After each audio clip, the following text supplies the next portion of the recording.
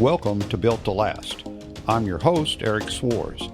This show is all about what it really takes to build quality homes, strong communities, and lasting relationships. Today, we're shifting our focus to the outside of the home and talking about one of the most time-tested and enduring materials in home construction, the brick. It's more than just classic, it's durable, low maintenance, and energy efficient, and incredibly versatile. Joining me today is Reggie Barnes from Acme Brick, one of the most trusted names in brick manufacturing. Reggie, welcome to the Built to Last show. We're glad to have you today. Thanks for having me, Eric. I look forward to visiting with the folks. All right. Well, good. Reggie, let's get right on into it. We're here to talk about bricks, so let's talk about the basics. Tell me a little bit, for a homeowner, why should bricks be on their radar? Well, brick is one of those long-standing products that's been around for centuries. Just clay material from the earth, a little water, a little time and heat, and you got a substance that can last a long, long time. And we've seen it being used throughout the centuries in construction, haven't we? Well, you know, from a builder's perspective, we like brick because it adds a little bit of insulation to the home and a little bit of sound deadening to the home. Why does it do that, Reggie? Well, a couple of things. One, brick is a veneer, and so it does have a good thermal break, which helps with your heat, keeping your house warm and cool in the heat and in the winter. But it's so durable that sound doesn't just pass through, and there's also a cavity in between the structural wall and the brick itself. All right, It really helps. And we're going to talk about that veneer and what that means a little bit later, too, as well.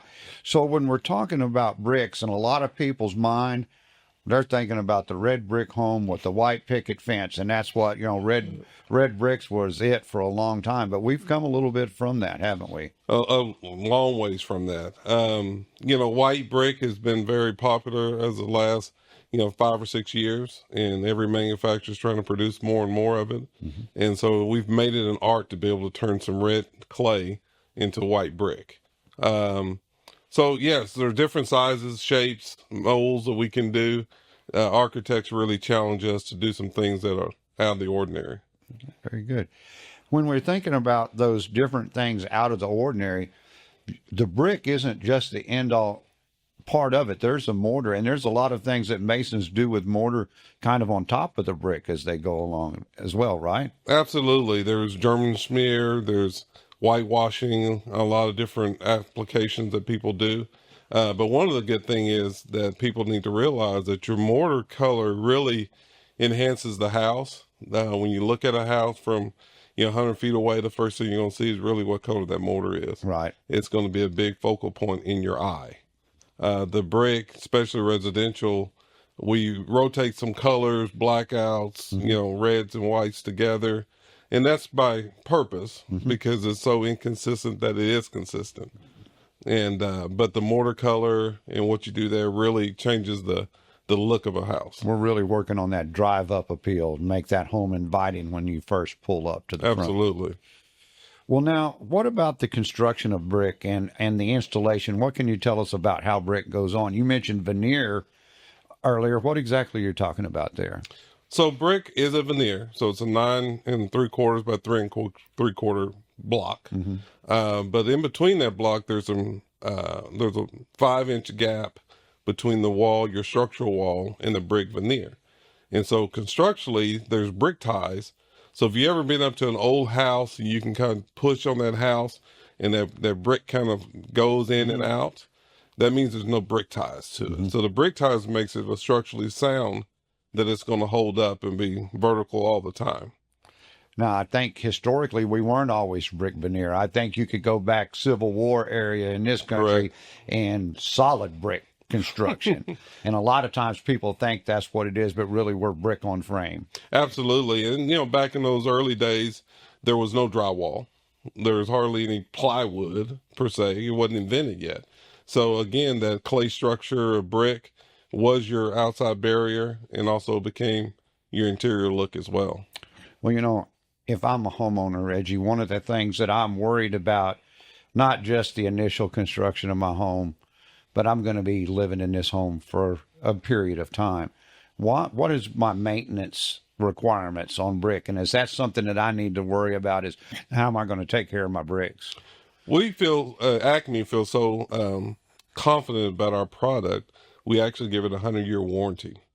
So that's a warranty that states that you don't really have to do anything to it. The elements, pollen, and things like that, you may have to power wash it a little bit just to keep it clean. But it's not the brick, it's the elements that it's going up against.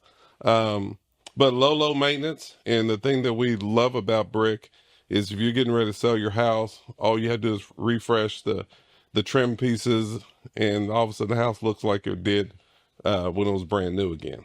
Well, see, that led into my next question. Very good. Does brick or play a role in resale values, do you think? We really think so. As you go through some neighborhoods that are using a lot of siding, each homeowner has a responsibility to keep their houses up, but others don't. And then once that siding, the paint starts to peel, and over time, especially with this Texas heat, then it doesn't look as attractive.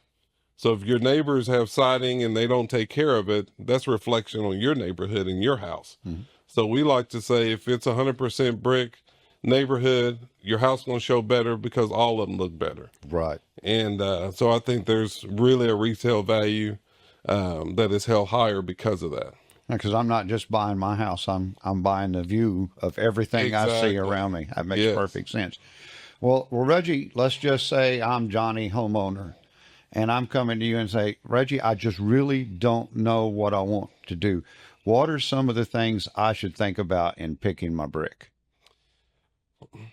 There's a lot to think about. Obviously, you're looking at the style, the color palette that you have. You want light colors, dark colors. All the brick is going to perform the same. Mm-hmm. But I think it starts with the colors that you're looking for. If you say, I definitely want to do a red trim, then we're not going to put a solid red brick with that trim, so you're going to contrast that, or a brown trim. So roof color, trim color may lead us one way or another. And then it comes down to style. I mean, there's herringbone style. There's a lot of different things that you can do with brick to really, insinuate your preferences and things that you like. So the choices are numerous between the 9 plants we have active and the millions of brick that we produce. And we probably have close to 50 different color combinations that are easy to choose from. So we can make it complicated, or we can narrow it down to a color scheme that works for you, and then give you 4 or 5 choices that fit that color scheme. Very good, Reggie. We build custom homes, and having that variety is certainly something is beneficial. Although it can also make it challenging sometimes. Oh my goodness, which one do I pick? And I always tell people, once you make a decision, make it, and don't look at brick anymore. Right. Because you're going to keep changing your mind. Right. Yeah. We have to tell people that sometimes in other areas too. Well, Reggie, we certainly appreciate you joining us today, and we appreciate our partnership in working with Acme Brick and in working with you and providing quality homes here in North Texas. And we appreciate you joining us today. Meanwhile, we certainly appreciate you guys out there joining us here and visiting with Reggie and talking about bricks. We encourage you to turn into YouTube or wherever you listen to or watch your podcast. Come and see us out at one of our subdivisions. Come to our office and visit us at Maykus Homes. We hope you guys take care. Please feel to reach out to us at 817-308-1155. And we'll see you guys next time.